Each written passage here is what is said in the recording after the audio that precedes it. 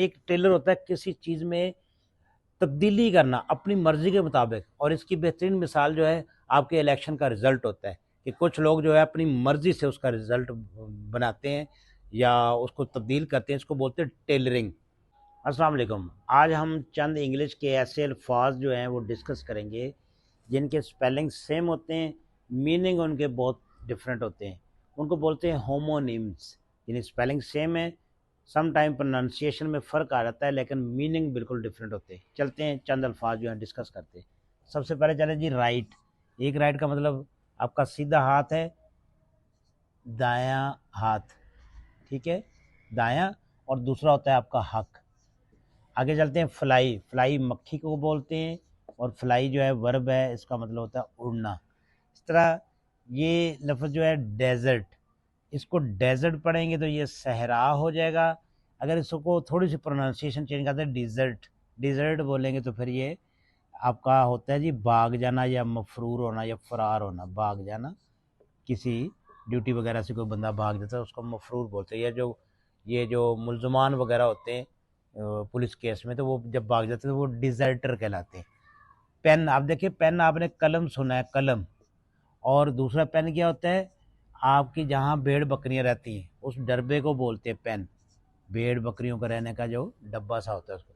Stable, तो stable का मतलब होता है किसी चीज़ को बरकरार रखना, मुस्तहकम करना। जिस तरह आपका बरकरार रखना, आपका स्टेबलाइजर भी बनता है, क्या करता है वो इलेक्ट्रिसिटी को बरकरार रखता है या स्टेबल करता है। और दूसरा होता है घोड़ों के रहने की जगह, अस्तबल उर्दू में बोलते हैं। क्रेन, क्रेन एक आपने मशीन देखी होगी, एक इसका मतलब होता है बगला, दूसरी आप मशीन ले लें।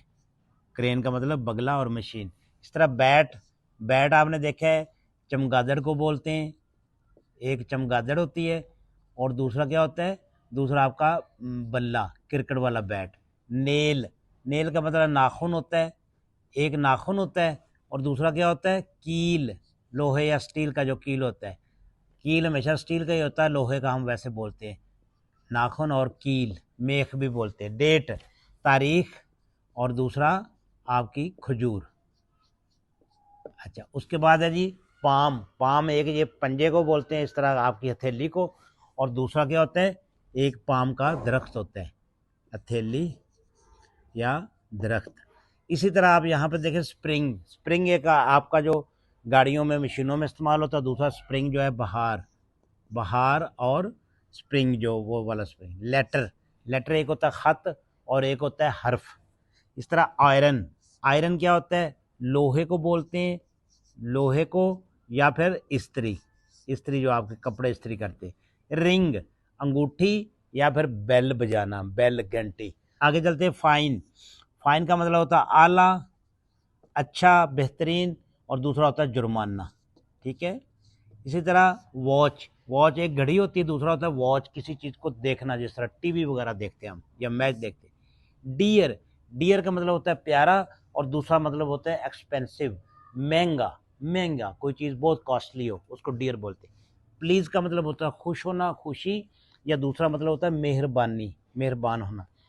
टेलर, ये बड़ी मज़े की चीज़ है। टेलर का मतलब होता है, एक तो होता है दर्जी जो कपड़े वगैरह सीता है, एक टेलर होता है किसी चीज़ में तब्दीली करना अपनी मर्जी के मुताबिक, और इसकी बेहतरीन मिसाल जो है आपके इलेक्शन का रिज़ल्ट होता है कि कुछ लोग जो है अपनी मर्जी से उसका रिज़ल्ट बनाते हैं या उसको तब्दील करते हैं, इसको बोलते हैं tailoring. Tailored result, result change किया गया, तब्दील किया गया अपनी मर्जी के मुताबिक। बार्क, बार्क का मतलब जो होता है कुत्ते का भौंकना, या दूसरा क्या मतलब होता है इसका, जो दरख्त होता है, दरख्त के ऊपर जो बाहर वाली छाल होती है उसको भी बार्क बोलते हैं। उम्मीद है आपको समझ आ गई होगी। बहुत शुक्रिया।